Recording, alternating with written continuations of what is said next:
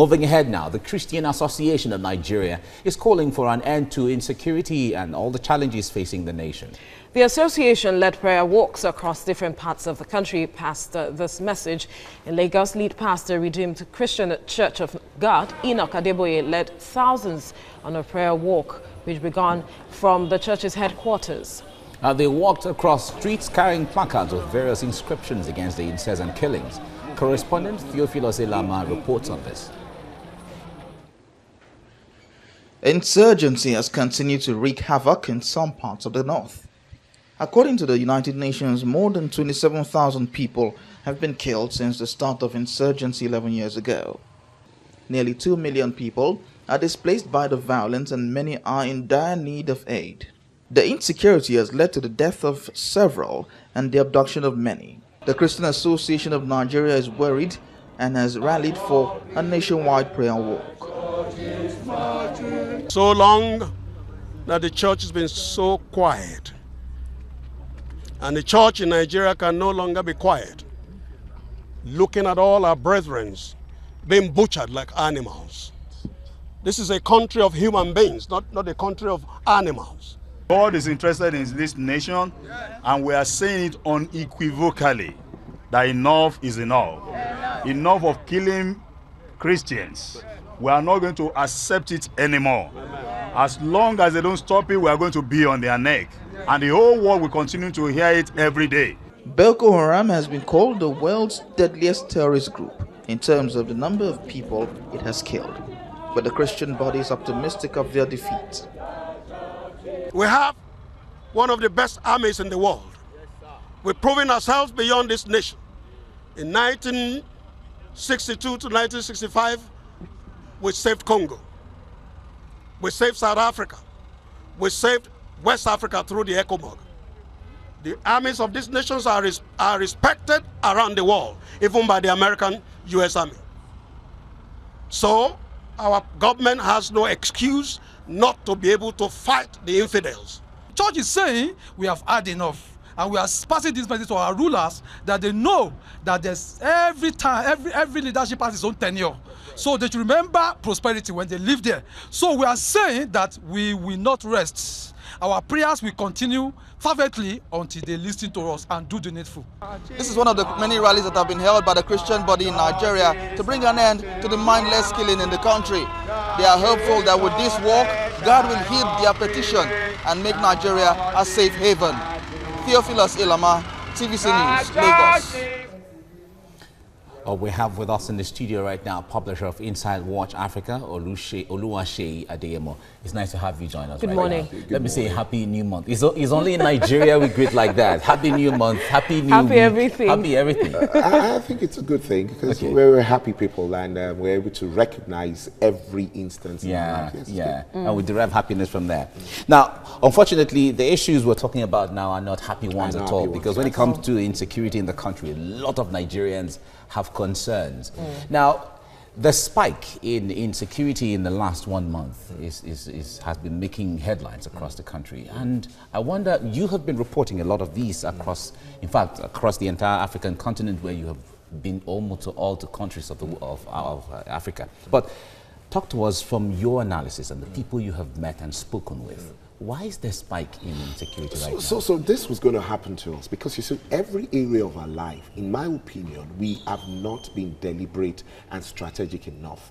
And unfortunately, rather than do it with other things and leave security out, we have allowed it to creep into that area of our life as well. When you say strategic, how do you mean? So you don't just plan for the sake of, we're going to deploy people. The question we need to start to ask ourselves, because you see, we have foreign bodies coming on this exercise for us. So the question you need to start to ask ourselves is, so if everybody, the US is showing a hand of fellowship, we have the UK coming in for us, so what exactly is on? It means that our own participation, the contribution we're making, there's something very fundamental about it, and it's not far-fetched. Look, let's be realistic with ourselves. Have we ever sat down to look at the remuneration, the condition of service?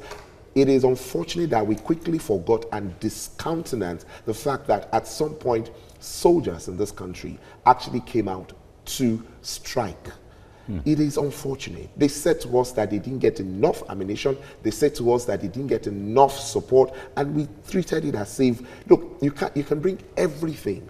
As long as the person that is going to be deployed to the theater of war, the person that is going to execute it, is not satisfied, then you're just wasting resources. So the welfare of soldiers could be at the core of this? It is an holistic thing. The point is, how well have we looked at it? That is important, because if we're looking at everything, so we have big budget for security.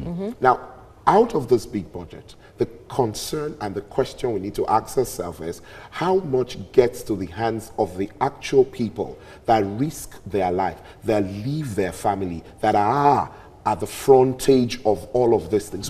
Have we ever asked ourselves? Now, when you deploy people to this area, how long are they meant to stay there? Are we strategic enough to know that, okay, after some time, you start to get comfortable with the area? So invariably what you're saying is no matter how we try to address this issue of insecurity, if we do not handle holistically the issue of the welfare of this security officials, then we're just playing around. Yes. How about the security architecture that people are talking about? Okay, so you build an architecture. You need somebody to clean up the architecture. You need somebody to run the architecture. You need all of us. Look, bottom line for every human being is their own welfare. So I'm a soldier. I'm not a soldier because I want to be a soldier.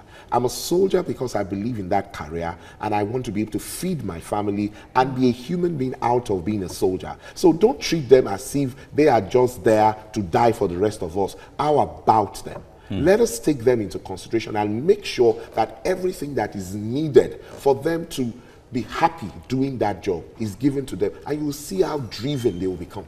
Okay, so the morale will be high, like they say. Very, very, yeah. Oluwaseyi Adeyemo, publisher, Inside Watch Africa. Thank you so much for coming. Thank you for having me. Thank you. Thank you. Right. Moving on, the Christian Association of Nigeria is calling for an end to insecurity challenges facing the nation. The association led prayer walks across different parts of the country past this message. In Lagos, lead pastor Redeemed Christian Church of God, Enoch Adeboye, led thousands on a prayer walk which began from the church headquarters.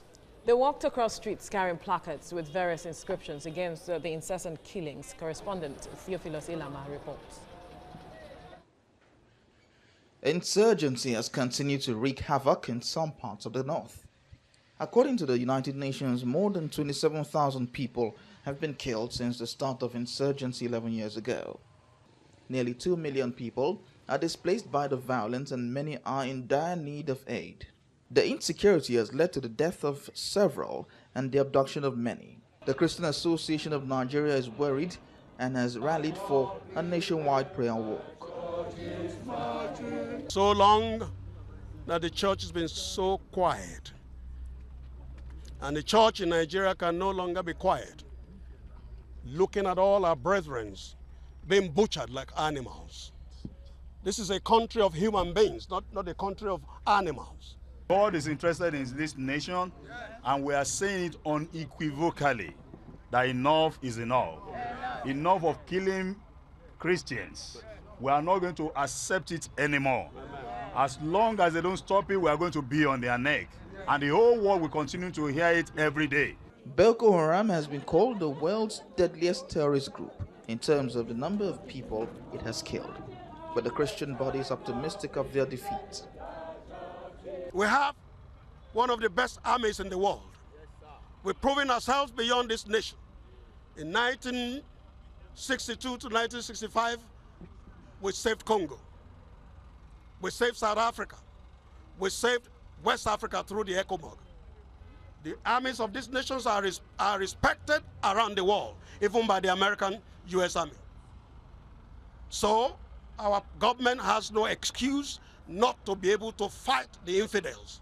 Church is saying we have had enough, and we are passing this message to our rulers that they know that there's every leadership has its own tenure. So they should remember prosperity when they live there. So we are saying that we will not rest. Our prayers will continue fervently until they listen to us and do the needful. This is one of the many rallies that have been held by the Christian body in Nigeria to bring an end to the mindless killing in the country. They are hopeful that with this walk, God will heed their petition and make Nigeria a safe haven. Theophilus Ilama, TVC News, Lagos. All right, we have with us publisher of Inside Watch Africa, Oluwaseyi Adeyemo. Good morning. Good morning. And thank you for joining us on TVC Breakfast. Now, last week, the National Assembly, both houses, were calling for the rejigging of the security architecture, and they will be meeting with the president this week. I wonder what you think should be at the front burner of the discussion they will be having with regards to insecurity. I think it's something that we need to look at holistically.